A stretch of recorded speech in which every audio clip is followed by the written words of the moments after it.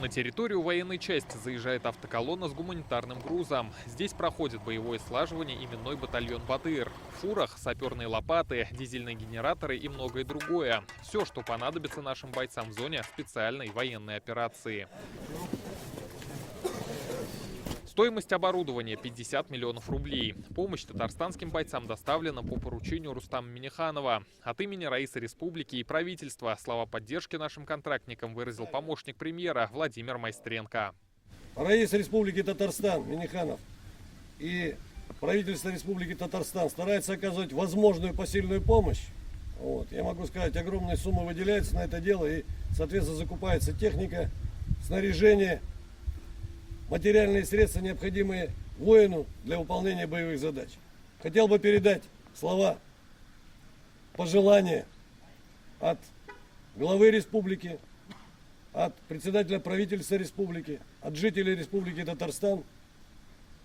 Пожелать вам всего самого наилучшего, беречь себя, беречь командиров, беречь своих товарищей, беречь свою жизнь. «Батыр» – третий по счету именной батальон, сформированный в Татарстане. Говорят, поддержка республики ощущается даже за много сотен километров от дома. Приятно, спасибо большое всем, которые в этом участвовали. Всем приятно то, что гуманитарку возят, одевают, все дают.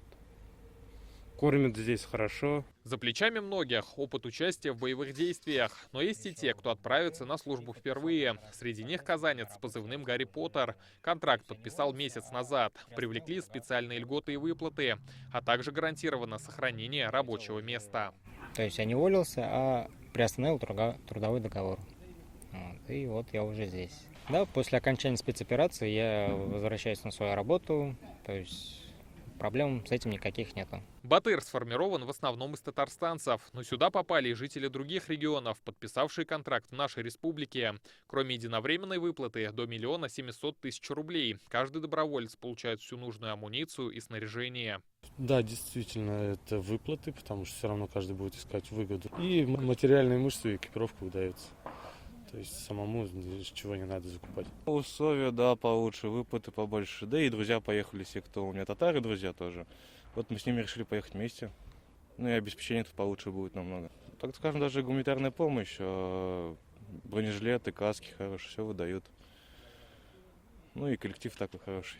Пока бойцы «Батыра» проходят боевое слаживание. Их обучают стрелковому бою и тактической медицине. В зоне СВО батальон будет охранять и удерживать освобожденные территории. В коллектив сформировался такой, что здесь есть ребята с опытом и Чечни, и даже Афганистана, Сирии, и также участники СВО. Есть порядка 15 человек, в том числе, которые ребята уже побывали, так скажем так, и знают это изнутри. Передают опыт и рассказывают, соответственно, делятся своими впечатлениями и указывают на ошибки, также их поправляют и помогают. По планам военных, подготовка будет идти примерно неделю, но ребята уже уверены в своих силах, ведь они настоящие батыры.